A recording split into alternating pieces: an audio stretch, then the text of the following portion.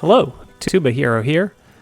A few weeks ago, back when I think I was like 1400 Paragon, I made a build video of all of my favorite speed farming builds at that time. And it was my bounties, my rifts, my greater rifts on Monk, and my greater rifts on Barb. And since then, I've kind of moved to just doing greater rifts on the Monk, which is really handy because the Monk is a lot better at getting the keys anyway, so I can like pool up while I'm key farming and then spend those on the Monk really easily. And then if I did want to spend the entire time in GRs pooled up, I would only need to get minimal pools compared to if I were on the Barb doing that, and would either have to learn to key farm on the Barb, which I don't like as much, or just find tons and tons of pools on the Barb in other places.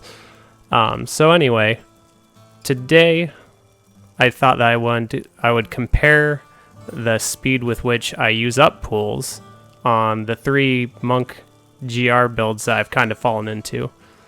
So far this season, I did the math a little bit ago. I've got about 402 hours played between all the classes, most of which looks like it's all on the Monk. So like more than half is on one class. In about 46 days of the season, it's about 8 hours and 44 minutes per day on average, so way more than most people have to play. But in that time, I've gotten almost 2,700 hardcore Paragon. I've only had one death. That was Necro. It's kind of foregone conclusion that would happen at some point, I suppose. I also spent quite a bit of that time fishing to try and get clears that were kind of above my level at the time, so definitely wasn't 8 hours and 44 minutes a day of Paragon farming. It was pretty efficient Paragon farming, but then a lot of time spent doing other things like 500 bounties or spending 2 days trying to get a 132 on Barb that I didn't get for that weekend.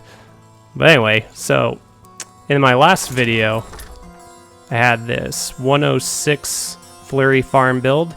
At that time, I was only doing 100s with it. Since then, I haven't changed anything about the build other than putting in upgrades as I got them. So this is kind of the core of all 3 of these builds. It uses Wall of Wind to proc the Caesar's Memento. I use Flurry because it does by far the most damage. Like, even though you get lightning damage for free, it just doesn't even compare. I use both of these in defense rather than movement speed or attack speed, and that is because that helps keep your squirt's necklace up. When I'm doing the 106s or the 109s, it very, very rarely ever drops off, because in the 106s, I'm killing them any enemies fast enough or CCing them with the Cyclone Strikes that they just don't really have a chance to drop squirts, so it's really nice. This I don't think matters which rune you pick, but please pick one. Desert Shroud for more toughness. You gotta have the balance, you gotta have Wong Kim Lao. People try other things with this slot, especially if they don't have an Ancient Echoing Fury, but Echoing Fury for me has been by far the most successful.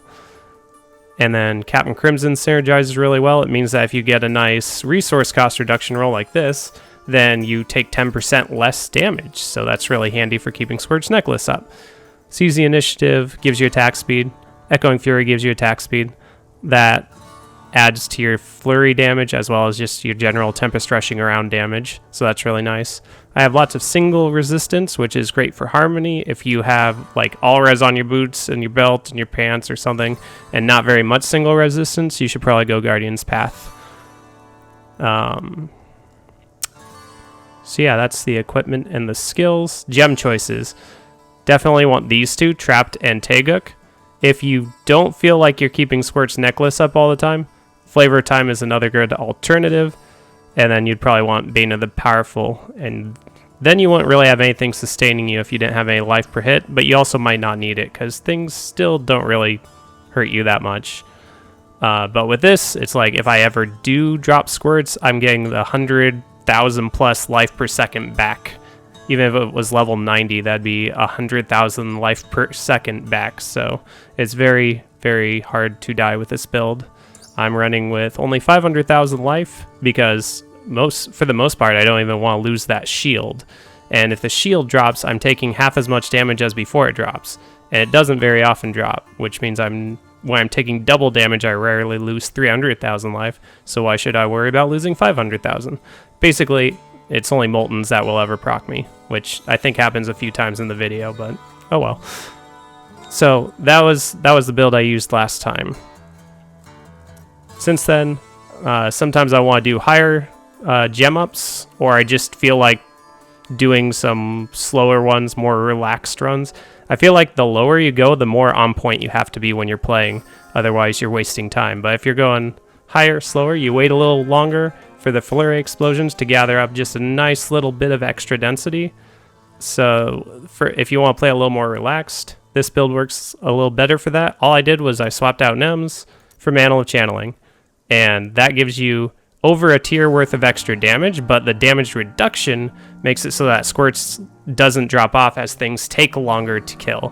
Part of the beauty in this tier for me is that things die so fast they don't get a chance to hurt you. When I tried taking this up to like 109s, things survived too long. So that's why I threw in the Mantle of Channeling. It makes things do less damage to your shield, and therefore Squirt stays up longer, and also it gives you a damage boost. The last one that I threw in here was the 101, and that was after I lost my Necro and I had 3 main gems as well as 10 Augs to refarm.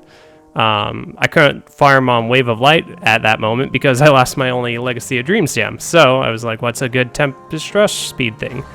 And I actually tried it with the Lightning one instead of Flurry, and I just didn't like it. I tried even dropping it down to 99, and it felt like it was killing slower than this was in 101s.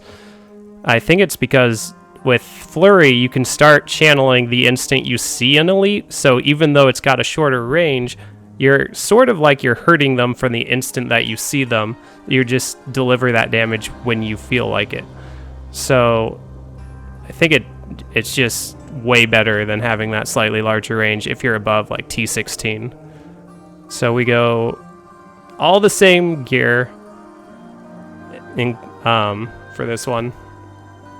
We just changed some skills around, which is we changed our defensive dash to 20% movement speed, and we changed our defensive mantra to 30% movement speed.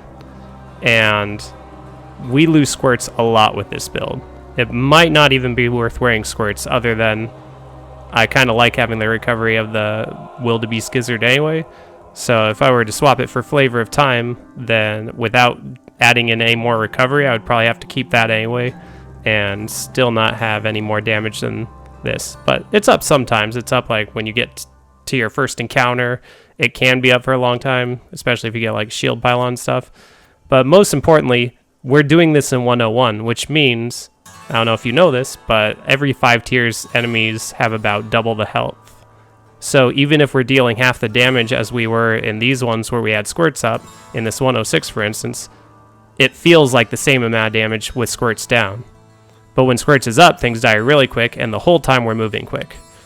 Now, the tiers for these, like 101, 100, 102, they could be very equivalent as far as XP gained if I was doing any of those. For this one, I could be doing 105s or 107s, and it'd be about the same. But the most important thing is that if I took this build into 109 or 110, it would do really poorly. If I took this build into 106, it would do really poorly. If I took this build into 101s, it would do really poorly. Just the slight alterations really fit those general tiers.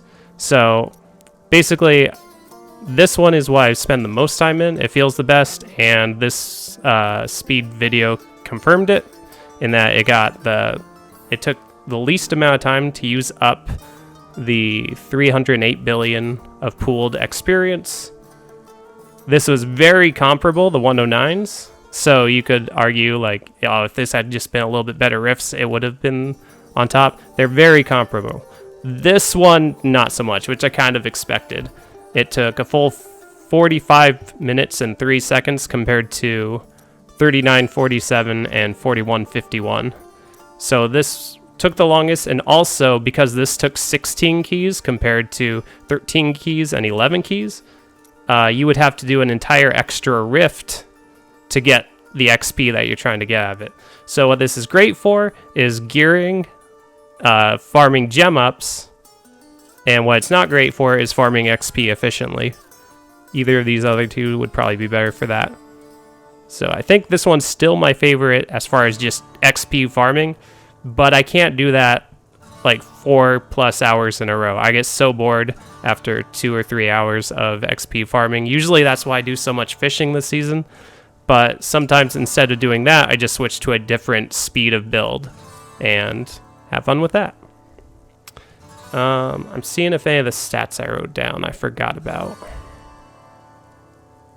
All the GRs that I did felt kind of balanced, even though I only did 11 keys on the 109, so you could obviously say, oh, that's not nearly enough of a data source to say that this is the actual average amount of time that should take.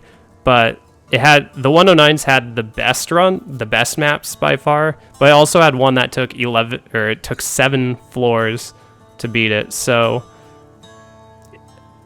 by the time I had done the 11 keys on 109, the 13 keys on 106, the 16 keys on 101s, it felt like they had been pretty average sessions, even though obviously they could vary by probably up to 20% time, which is the amount of time that they are all different by. So that's the last point, is that even though it looks like there's a wide gap of over 5 minutes between the 101s and the 106s to use up 308 billion pools, it's actually only about 12.5% difference on the time, going from 40 minutes to 45 minutes. Did I do that right? 1/8, 12.5%? Yeah, so really, if you wanted to do all of your experience farming, doing really fast 101s, in my case, you could. One last point. These tiers were based on what my current gear is like and all that. If I was still doing 100s with this, then they would probably all just go down by the equivalent numbers. These would be 95s. These would be 103s. So maybe you're just Paragon 1000, don't have Augs yet. You would probably drop these all by like 10 to 15 tiers. And then when you're Ogged up, it would be much closer to this, much closer to like 100 and 103 and 95. That'll do it for me.